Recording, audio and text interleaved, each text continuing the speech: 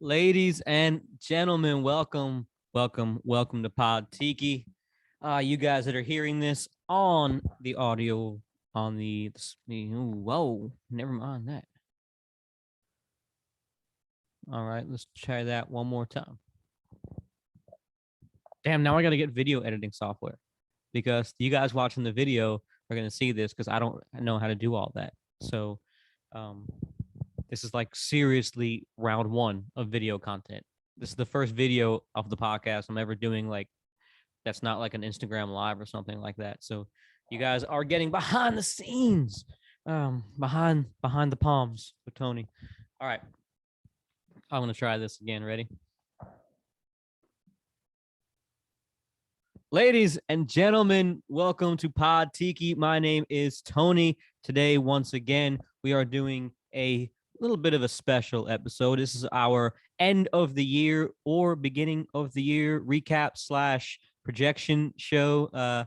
We don't know what's going to happen. So, actually, that's not true. I don't know why I just turned into like a New Year's Eve talk show host there. I know exactly what's going to happen because I wrote out the outline to this episode. So I don't know what I'm talking about. I'm getting a little excited because this is my first ever little dual action video audio podcast. So you guys that are listening to it right now on Spotify or iTunes or Google Play or Stitcher Radio or iHeartRadio, all those places where now we are available as a podcast.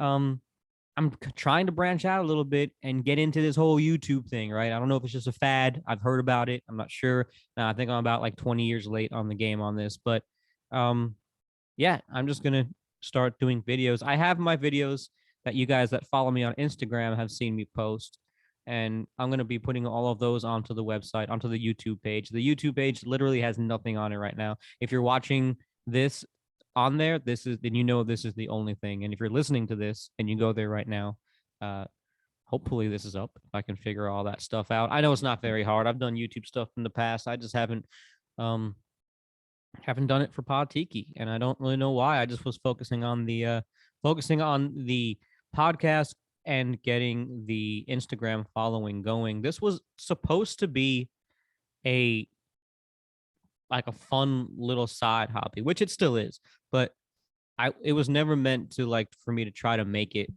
something.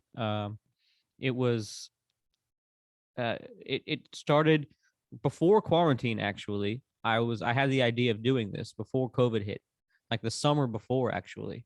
And I did. If you look at the Mai Tai episode, the very first episode, it came out like before the pandemic, but it wasn't anything very regular. It was when I felt like it, and not that I'm exactly on time with all the episodes now, but that's hopefully going to get better in the future.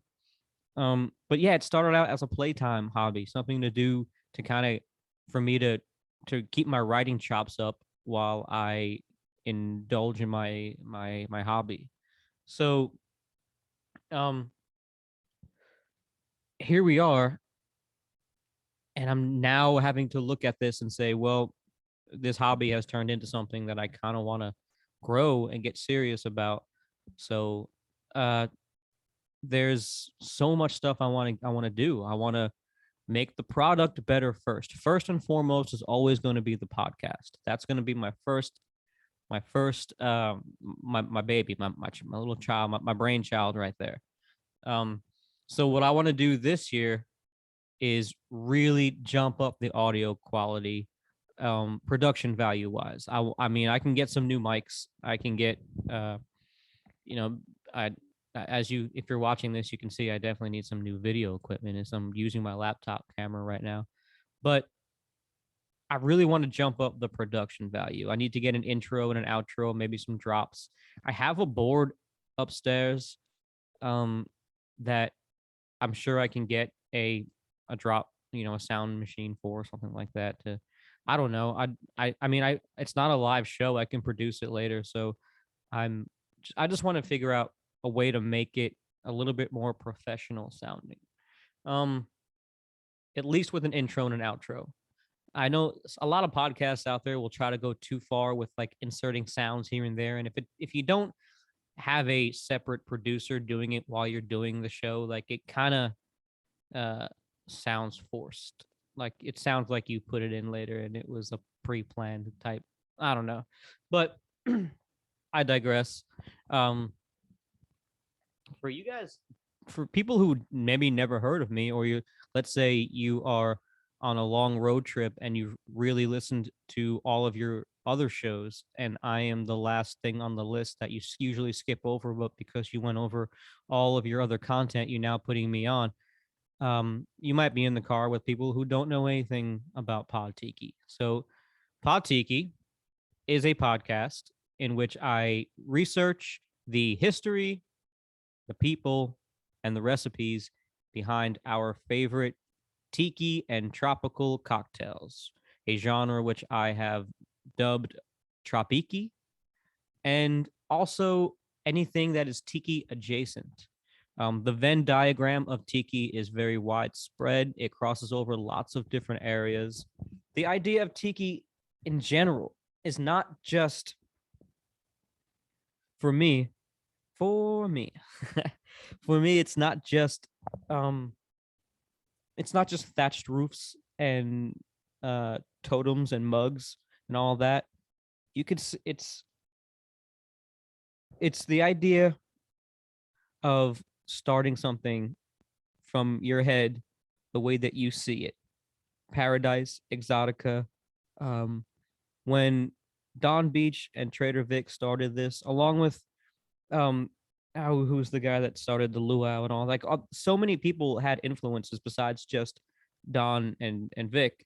But we uh look at someone like Don Beach, right? He traveled around South Pacific, Caribbean, took everything that he experienced, all his memorabilia, his ephemera, his experiences, his the taste, the sights and sounds, and put that all together to form what his little idea of paradise was. And that kind of informed the uneducated or the untraveled masses, you know, what exotic was. It gave somebody a fantasy. It was authentic because he went to these places and gathered this stuff, but it was also inauthentic in the sense that it's these are just little glimpses and you kind of fill in the blanks. And there's so many offshoots that tiki can go, right? If you're talking about the drinks, well, rum is from the Caribbean, got nothing to do with the South Pacific. Uh, you have the tiki totems that have become the the progenitors of all of the, like the tiki mug genre. Um, there's Hawaiian influence, South Pacific influence, Caribbean influence, of course. That's more my style. If you want to lean into that, you can lean into the Asian influence coming down from Southeast Asia um, down into the South Pacific and that part of the world. You have the influence coming from South America, the Brazil music and the all that vallenatos and all that funky um, Amazon music, right? You can focus on the postmodern tiki revival and all that architecture and the weird bright colors and all that stuff, and the you can focus on more of like the creepy kind of aspect of it, the horror tiki. Shout out to Creepers Cove and all those guys. You can There's so many different ways you can go with it, and it's all tiki to me. So um it's a blank page. It's a blank page that you can make your own, which I really really enjoy. uh yeah. So that being said, that's what Pod Tiki is, and I'm hoping to really expound and expand on that in this coming year. Last year, a little bit of a recap. It was great. We had a lot of great episodes. I was really proud of a few of them. I'm really proud of all of them, but I was super, super proud of a few of them. Um, the Manhattan was really good. I really enjoyed going back and doing some of the. Let me go back. Let me grab my phone here. I actually made an outline and a list of things I wanted to talk about, so we can go back and kind of look at some of the stuff that we did last year. Let me see. So as we scroll through the old archive here, let's see what we got for this past year. You deal with me while I figure this. Sorry, I have to use the microphone and hold it the whole time if you're watching me on video. I guess I could have grabbed the headset, but my wife is upstairs using it for work. So, there we go. Bam. So, well, okay, we started. Wow, that was all the way back then. We started the year out in January doing the Port Light. That's a great cocktail, man. I still go back and revisit that once in a while. Um, in fact, I have something coming up that has to do with the Port Light in a little bit in my redacts and corrections little section. Uh, yeah, we did our chat with Rum Tiki Home Bar, my buddy David. And, that's when I got a little buzzed on some of these high octane rums. We did the Hurricane this year. That was a fun one. A lot of stuff there I didn't know. That was a fun one to learn about. The Cuba Libre and the Paloma. Those were we did those back to back. Those were pretty standard. The Tropical Itch. I have to tell you, okay, little inside baseball, right? I did the Cuba Libre, and I didn't mean to do another easy one right back to it, but I knew I wanted to do the Tropical Itch. So I needed something easy for that May spot because, and I already did the margarita. I wanted to do something Mexican because it's Cinco de Mayo. Um, I really just did the Paloma. It worked out perfectly being in May, but it also was because I needed something easy so I can track down the ingredients I needed for the tropical itch, because it's hard to come by some of those nectars and juices and purees. Um, I had to go to a couple of different Mexican markets and Asian markets to try to track down these different juices. You'd be surprised. I don't know about where you guys are, but I was surprised at how hard it is to find uh, a passion fruit juice, just regular 100% passion fruit juice. Like it's hard as hell to find. So, but that was a really good drink. I actually really enjoyed that. Very tropical. That was great because we went to Hawaii last year for our honeymoon. So that was the tropical itch was really a nice lead up to some of those juices and tropical flavors of going out there. We did the painkiller. That one, I mean, I literally just bought another can of coconut cream last week because I want to make some more. Because I mean, ever since that episode, Pussers has become a staple in the bar. I always have Pussers in there now.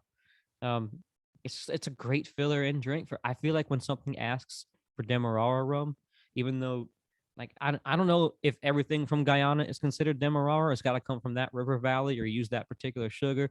But whenever I find something that calls for Demerara, if I mean, don't get me wrong, I love El Dorado. Um, but if I supplement that with Pussers, it just takes that flavor up a little bit. Now I do really enjoy the Lemon Heart regular Demerara. Um, you guys know I don't do good on the overproofs, so I've never had the Hamilton. I'll put that in the list. Let me see, where were we? Right after the Cuba Libre Paloma, the Painkiller. Oh yeah, then we had Andrew on from Surfside Sips. Wow, that was September. And then we did the Jamaican episode, the fall Jamaicans. I actually didn't get as much. Oh, well, look at that. October 7th. It actually posted on my daughter's birthday.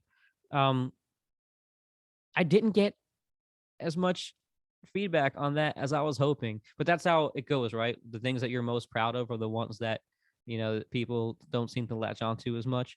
I really enjoyed writing that Five Fall Jamaicans. It really, to me, was um, expounded on a lot of things I've learned this year by comparing all five of those drinks, and just the idea of how similar things are and just changing one or two things can make them so different. But are they really different, or are we just a bunch of nerds who try to find differences and nuances and things that, it's a cool, I don't know, to me I like that kind of stuff.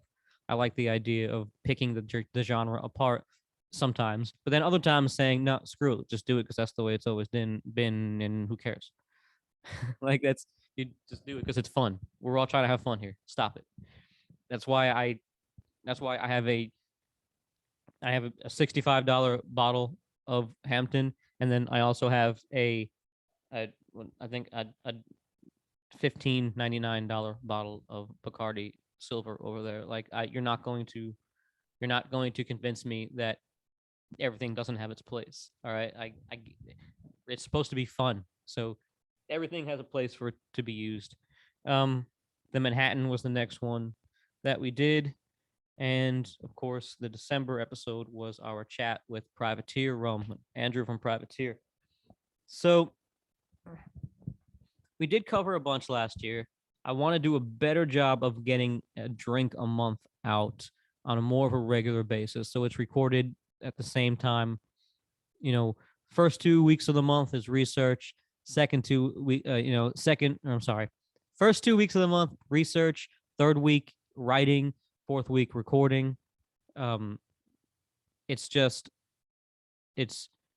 I have to do it. I just have to do it. I have to get off and set something up and stop letting life get in the way and take this a little bit more seriously as far as getting stuff out there on a regular basis so you guys can expect something and have it be there when you expect it. I'm usually pretty disciplined, so I don't usually do resolutions and stuff like that. But I mean, hell, I've been going to the gym every day since before New Year's, because the COVID weight started catching up a little bit and the laziness. But once I set my mind to something like that, I usually do it without having to work too hard at it. I guess I just I haven't set a schedule up for Pod Tiki because, like I said earlier, it was never meant to be a something that, a business. It was meant to be a hobby for fun, and it still is.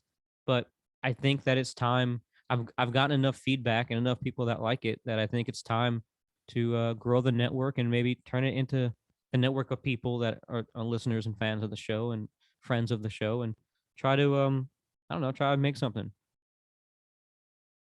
So before we talk about the future, let's talk a little bit about some things I messed up on last year.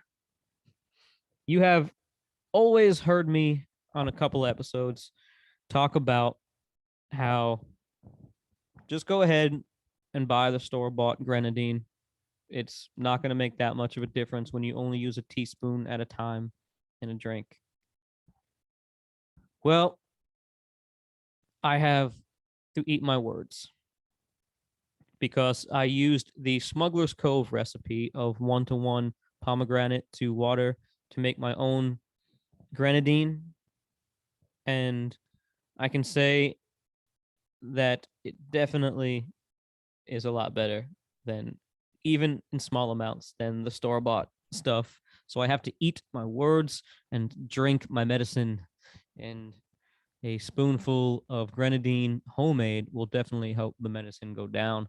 Because now I do think that when you using grenadine is in place of syrups sometimes, and I feel like the palm mixed with the water gives you a good fruit flavor but doesn't quite come out sweet enough. I would recommend adding a little bit of sugar to the to that mixture to taste.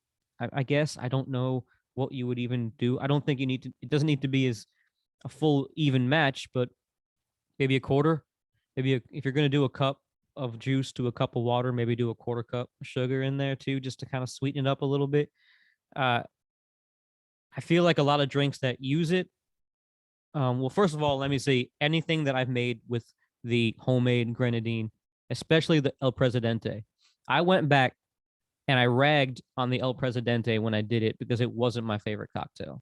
I have to tell you that using the homemade grenadine jumps that cocktail up to I'm not going to say I like it or it's my favorite, but it makes it it makes it something I would actually order out if the mood struck me. It's something I would not mind to drink. It makes the drink a lot better. Zombies, are you kidding me? I cannot stand that pungent, overly strong, high octane rum flavor that hits you in the face with a zombie. Oh, that's my phone going off. You can that's how professional I am. It's actually David from Rum Tiki Home Bar texting me pictures of what he's drinking tonight. So, yeah. So I have to definitely take back what I said about the zombie with the homemade grenadine.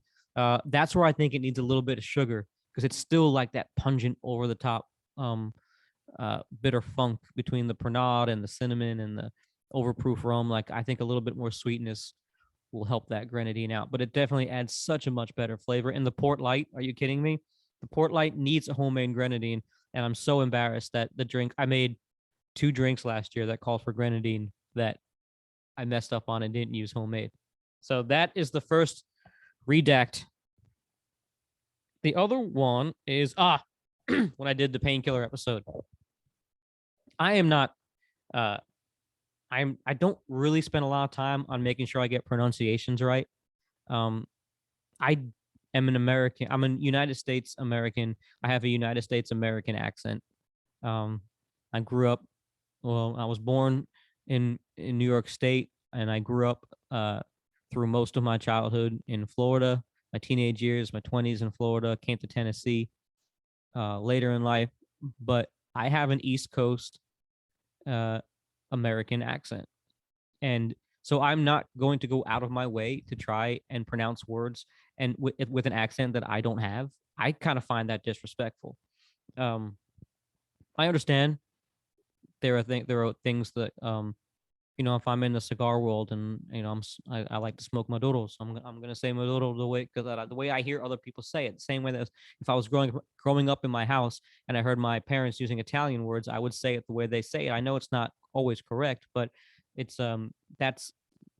But I'm not gonna. I sometimes feel like, well, I'm not gonna affect an accent I don't have to try, and so I mess up on that sometimes, though. And when I am wrong, I am wrong. And I did not do the research on the painkiller episode on the island where the bar is, where the I believe it is the Soggy Dollar bar. It is Jost Van Dyke. The J sounding like a Y, not Jost Van Dyke, like a dumb American. I can't believe I said that.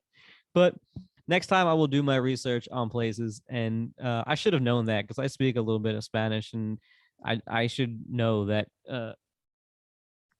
there's I just should have known to check the pronunciation on stuff that is not in my native tongue. So Jost Van Dyke is the British Virgin Isle, where is it American or British? I'm not sure which one it is, but I believe it's a British Virgin Isle.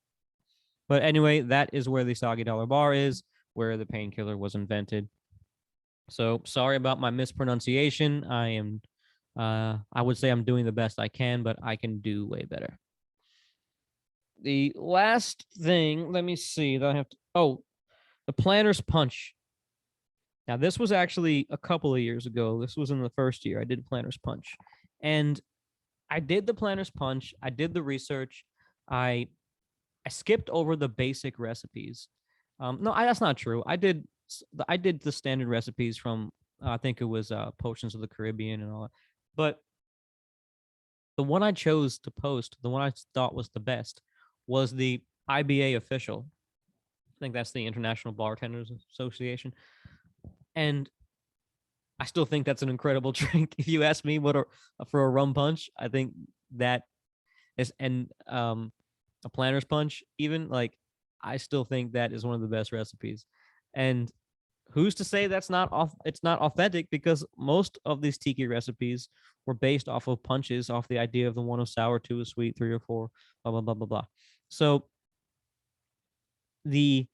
but I do want to go back this year and revisit the Planner's Punch, because there are simpler recipes, I think, that are a little bit more authentic to the traditional back how they would have been back then. And I want to explore the difference between the Trader and the Don.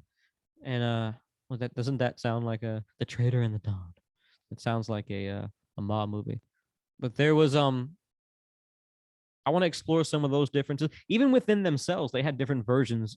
So but I do admit that the one I picked for the IBA official recipe was a bit fruity. It was a bit fruit juicy, and it was, but man, I stand by it. I still think it's the best Planner's Punch.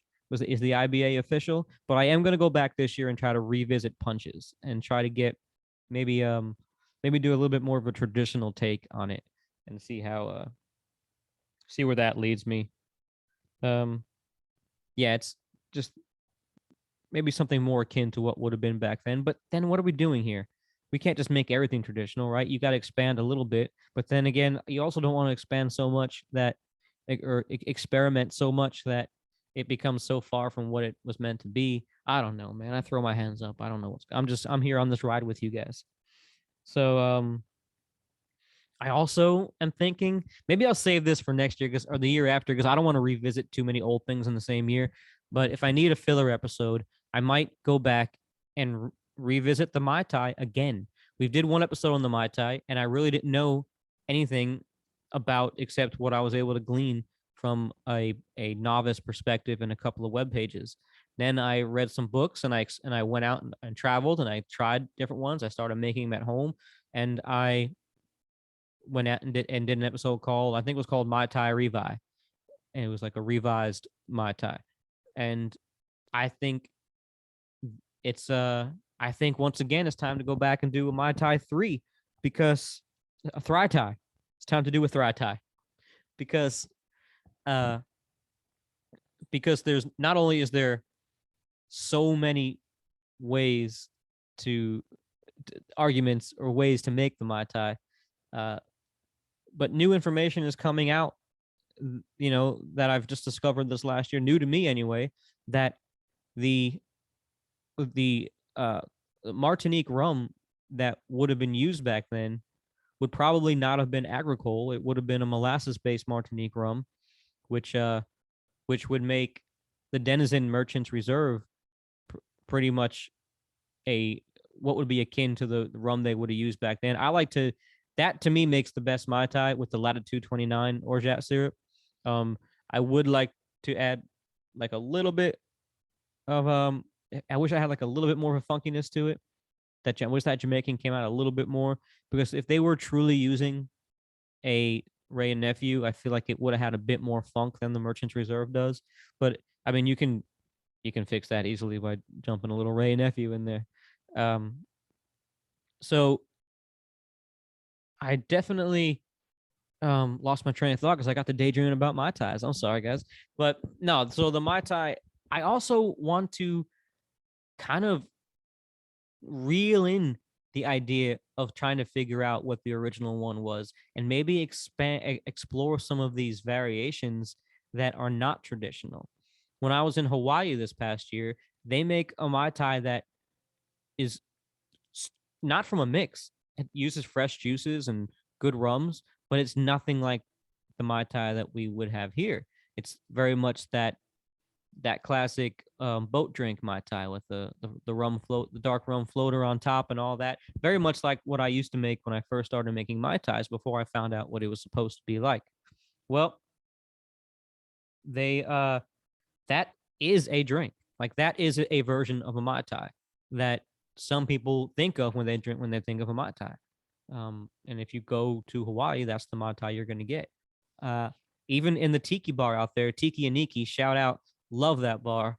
Would go back to Kauai just to go to that bar. It's perfect. It is the premier Tiki bar I think that I've been in. But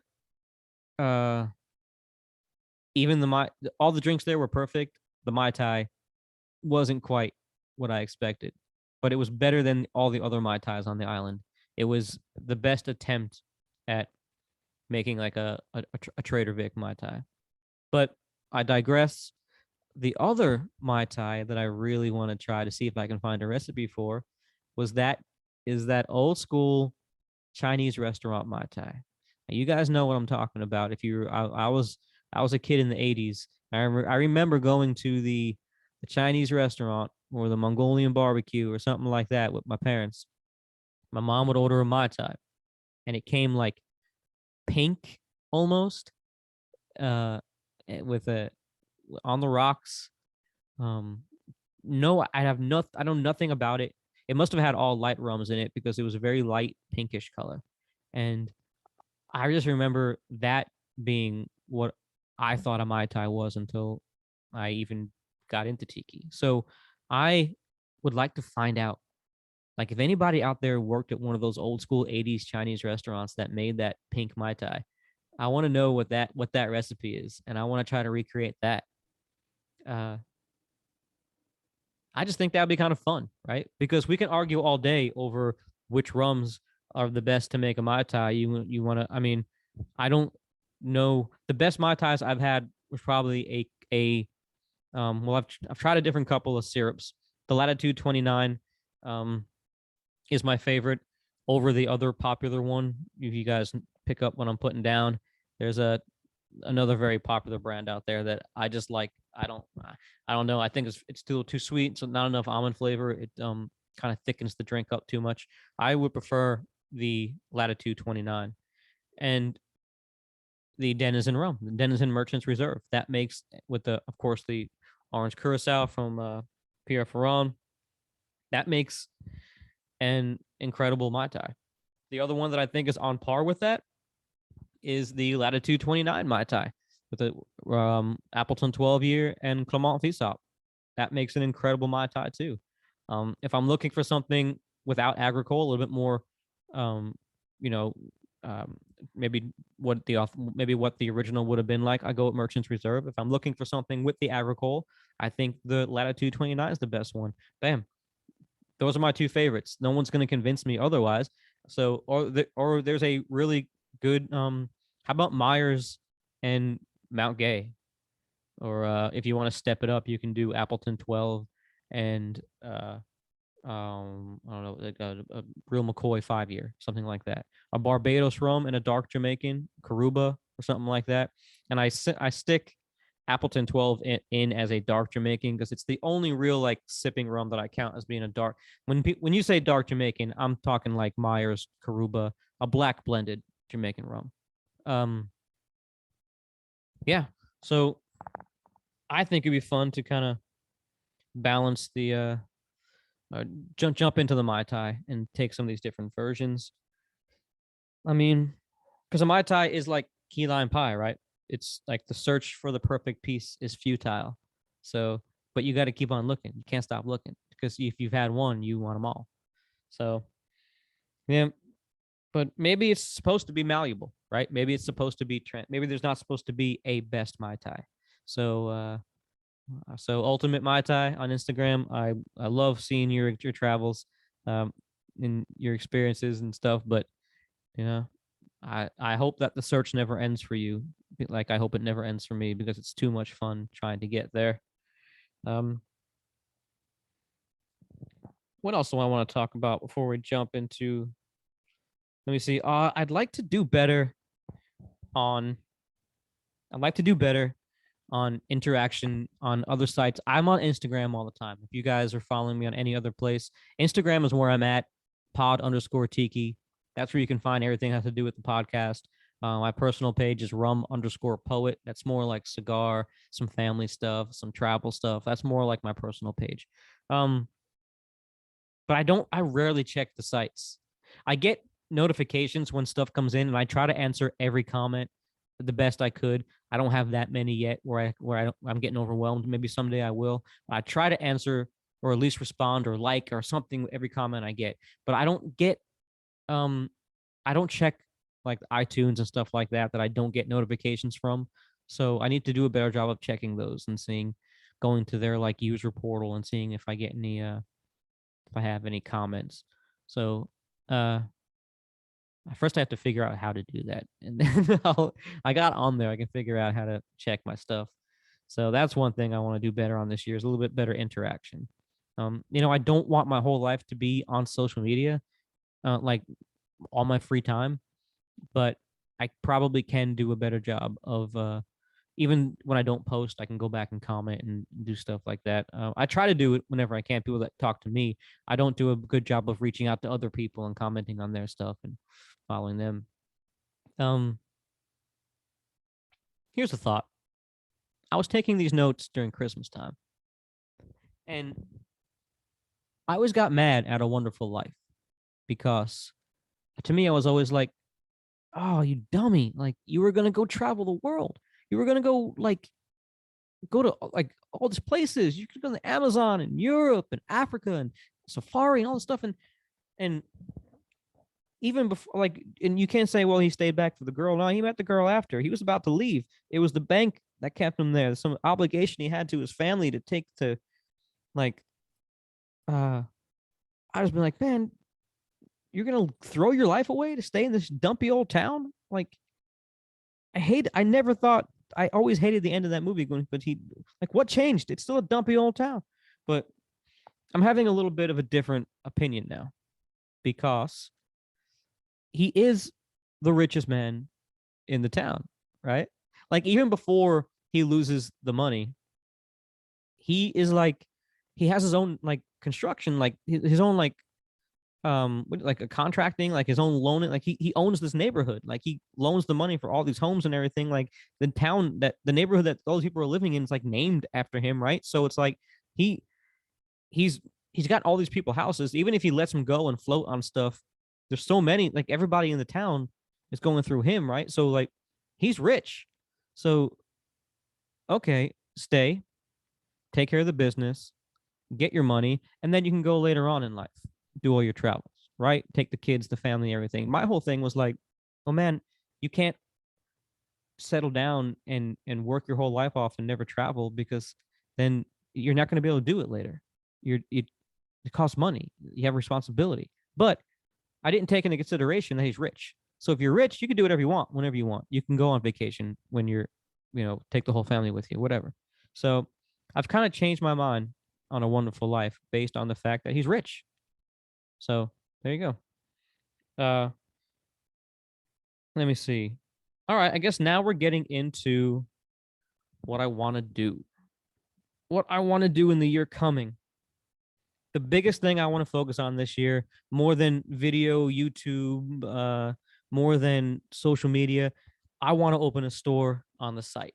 I want to do merch, um, maybe something small, but good quality stuff, things people are actually going to wear. Everybody does t-shirts and hats and all that stuff, but what's something you don't have? Anybody have any ideas out there? Please hit me up. Please message me on Instagram and tell me what you guys want out there. I'm thinking like beach bags, or maybe some, I don't know, maybe some cheap throwaway crap that you can like give away, but I don't want it just to only that though. I mean, I had those cool umbrellas made last year. I still got a whole bunch of those. I can throw, if anybody wants any of those, please just Instagram me.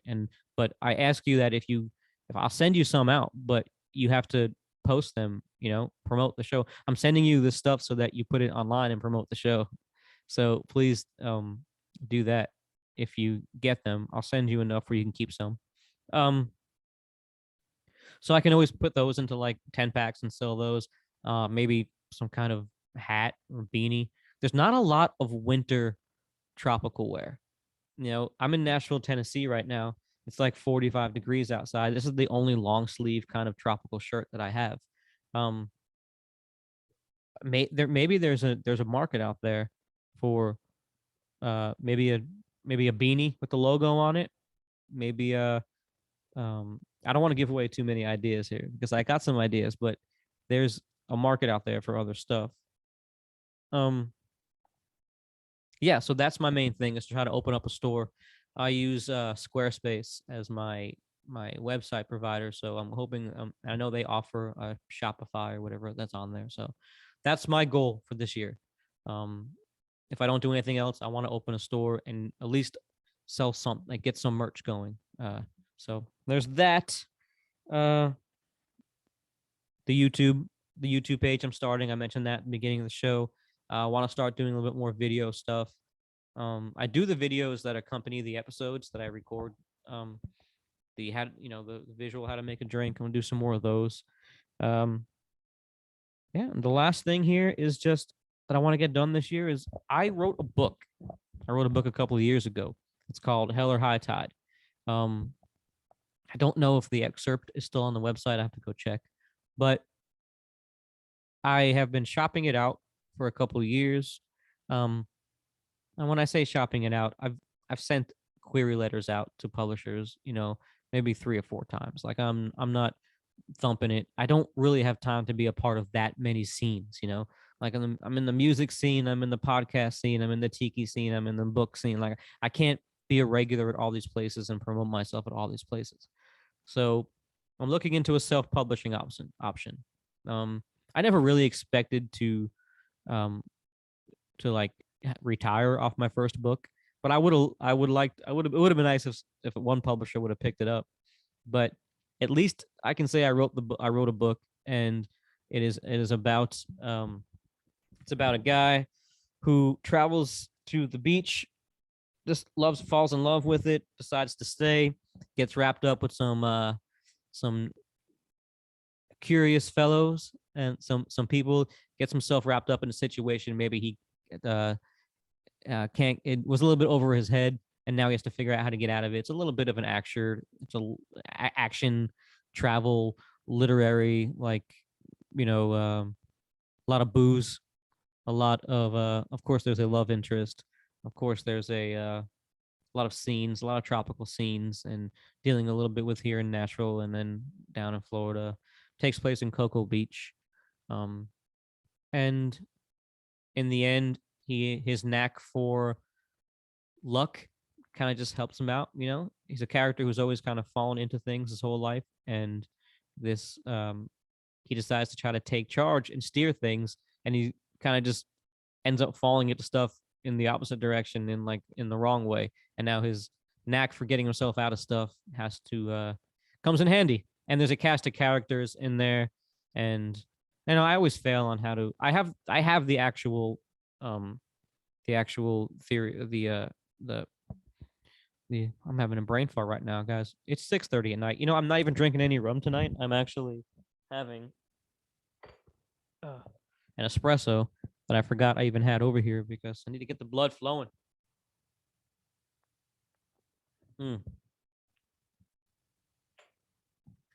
So there is actually a summary of the book.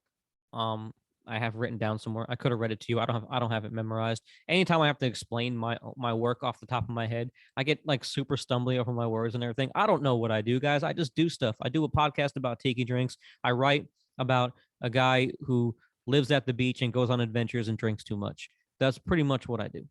So that's the podcast and the book in a nutshell. So no big trips coming up this year. Oh, going back to the book. I'm going to be trying to look for some way to self-publish that and get that out, so at least people can enjoy it. It's a fun read. It knows exactly what it is, and I wrote it that way on purpose. It's not going to win a Pulitzer Prize, but it's also going to probably make you laugh, and it might not make you cry. Maybe if it's that bad, it might make you cry. and, I have written serious stuff. Like, as all the short stories and everything I've written have always been like kind of more on the serious side. And I'm probably going to get back into something a little bit more serious. Now that I have my chops I've kind of built my chops up a lot. And as far as little tricks and things, and learning how to play with emotion and learning a little bit more about how to catch people in, how to wrap people in and get them to feel something. And I kind of want to play with that a little bit more in my next piece, whatever that may be. But Hell or High Tide is just a fun beach read, and yeah, that's all it's meant to be. Make sure you have a cocktail with you while you're reading it. I'm gonna try to get that out to you guys sometime this year, and I'll either offer it. It'll either be on Amazon or on the shop, or there'll be a link or somewhere. I don't know. I think Amazon does the self-publishing thing. That's why I'm thinking I'll just go through them.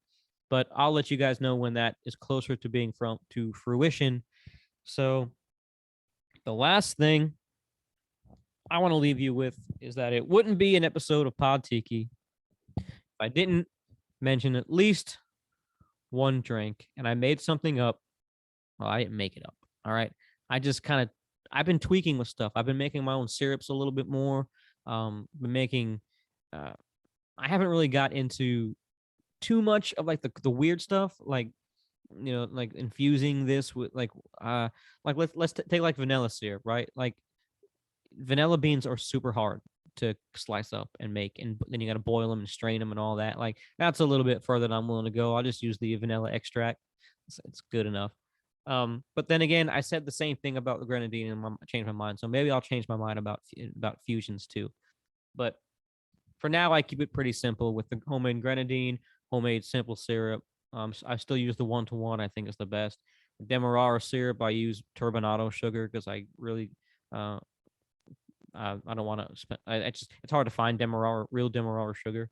Um, so there's I wrote down on here where I was gonna put the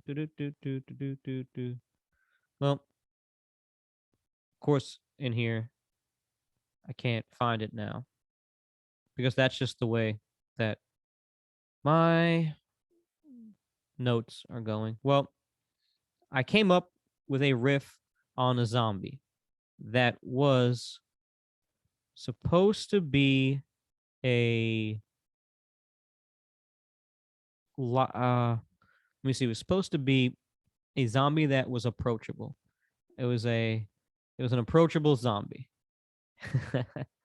You know what? Maybe it's in my notes, and maybe it's in my notes. Hold on one second. I'll run across the room real quick. On my bones are hurting.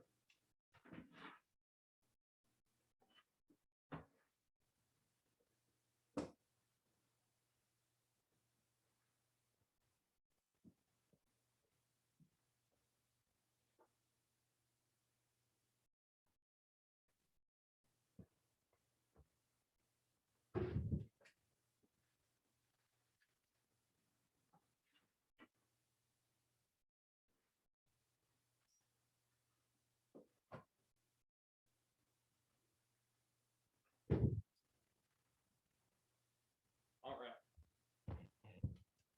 You know what? I'm not even gonna cut any of that out. I'm just gonna leave it in because this is a laid back episode. So this kind of bums me out, guys. I had something set up that I wanted to show you guys, and now, of course, I can't find it. But maybe that's a blessing in disguise. Maybe I now have the first episode of the year, which will be on uh, giving you guys uh, my updated zombie recipe. Man, that bums me out that I can't find it. But no problem. No problem. I will give you a little bit of a heads up though that the next episode, the first actual Tiki episode, the drink episode of 2022 is going to be Navy Grog. And I'm super excited about this one. I haven't started writing it yet, but I'm super excited because it's one of my favorite Tiki drinks. I cannot say enough about it. And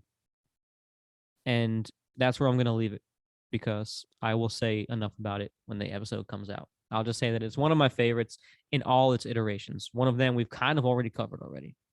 So, well, sorry for that mix up at the end there. I thought I had a zombie recipe I wanted to share with you, and now it's gone. So, I guess I will see you guys when the new episode drops. Thank you so much for being a fan. Thank you so much for interacting. Please, please, please, more interactions. I love talking to people. I love talking about tiki drinks. I want to hear your recipes. I want to hear things that you've tried. I want to hear your rum predictions. I mean, I've had some good rums this year. I actually have an episode, or I'm gonna write a blog about some of my favorite rums.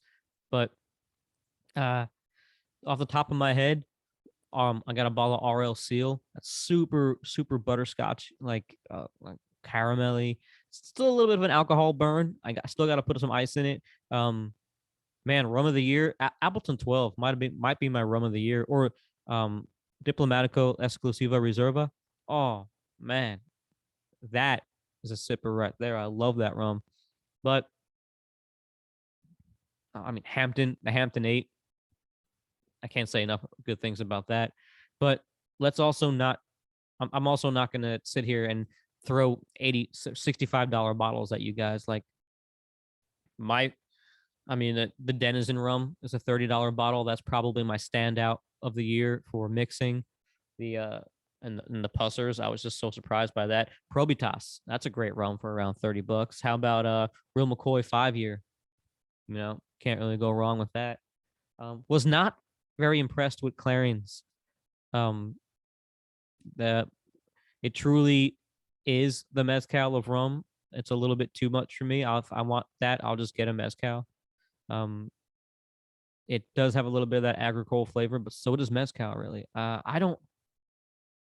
I When I crave it, that smokiness, um, usually like a little bit, like an ounce, like a 1 ounce pour with an ice cube in it, will do me good, and I'm good. It's almost like it's like a super rich piece of cake, right? Like you can only have a couple of bites before it starts getting to you. Um, I don't know. It's unique. I'm not gonna say I don't like it, but it's not my favorite. It's not what I think of when I want to drink a glass of rum. Um, I'm looking at but there's also rums. There's also rums that I used to love that I think my palate has changed and I kind of grew out of a little bit this year. I'm not going to name any, but there's a couple of local, not here local in Nashville, but a couple of smaller distilleries that I used to swear by that I've gone back and tasted and just doesn't seem to have the same uh, je ne sais quoi as they used to. Um, the pot stills, I'm I like them for what they are, and I put that in the same category as a clarion. When I'm craving it, a little bit does me fine, and they're great for mixing stuff that requires pot still flavor. Um, but stuff like the Hamilton and the like Dr. Bird and all that stuff, the even the Smith and Cross, um, it's the pot still has just got a very unique flavor that is can be a bit pungent. It's not my favorite. Barbados and a really good Puerto Rican rum are my favorite. Venezuela, um, Dominican, like that Spanish style. I really like that. Um, Demerara's really good. I mean, you can see what I'm saying here. I like the richer, smoother, creamier, um, butterscotchy, caramelly type rums over the like super pungent molasses in your face rums. But I do love dark Jamaican rum for mixing. I want to get my hands on a bottle of that Hamilton Pot Still Black. I have the gold. I would really like to try the black. Uh,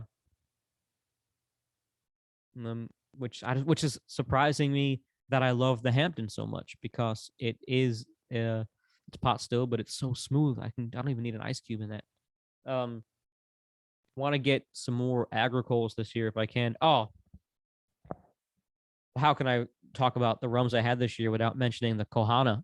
When I was in Hawaii, I must have drank a bottle of that shit. I wasn't going to the bar in the hotel every night drinking it. Um, I wish I could find it around here. It might be my favorite rum of last year, just for sipping. It's so delicious. Um, but yeah, it's all I can find around here is the Clement stuff and some of the Rum JM uh variants. I plan on getting those when the Con Blue is probably my favorite. Rum JM has a couple of not new ones, but a couple of ones that are newly available here now. I'm gonna try some of those. I have a hard time finding agricole vus though, the aged or the ambers. Um, I can get the the Clement. That's really all they have here. I can't find a Neeson or even the Rum JM um ambers. So if you guys have anything, if you guys have the hookup on where I can order some of that stuff and ship, the problem is getting it to Tennessee. I think this is one of those states you can't mail alcohol to. So that screws me up. Anyway, I digress. Once again, thank you guys. Please check out the podcast on Spotify, iTunes, iHeartRadio, Google Play, Stitcher. Of course, you can find on the social medias. That is pod_Tiki on Instagram. That's where you're going to find most of my stuff. It's also rum_poet on Instagram and from my personal page. You can find us on Facebook if that's more your jam. You can also find us on YouTube now. My YouTube channel, just type in Pod Tiki and you'll get there. I'm going to upload some of the past videos. I'm going to try to, when I go live now, I'm probably going to do YouTube instead of Instagram, or maybe I'll do a little bit of both. I don't know. I'm going to see what try to catch. I'm trying to catch some footing here, guys. You let me know what you think. So had a great 2021 despite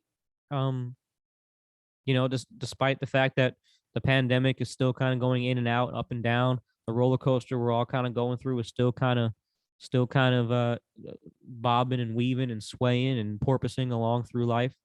This crazy trip around the sun it's been an odd one, but it's been a good one. Um, overall, here in the Pod Tiki household, we're very blessed, and I hope from the looks of my Instagram page, a lot of you guys are very blessed too. So every moment that you have the chance to sit down and pour yourself a glass of rum to celebrate, just remember how blessed we are. Also, and if you're going through some hard times, maybe you want to sit down and pour yourself a glass of rum and talk to somebody and get some stuff off your chest or let it out. And rum could be cathartic, it could be celebrational, it could be cerebral, it could be introspective, outrospective, it can be all the spectives. Yeah. So have fun with it is my biggest advice, and my biggest projection for 2022 is I'm going to have a lot more fun with this and with you guys. So we'll see you next time on Pod Tiki. My name is Tony. Peace out. Keep it tiki.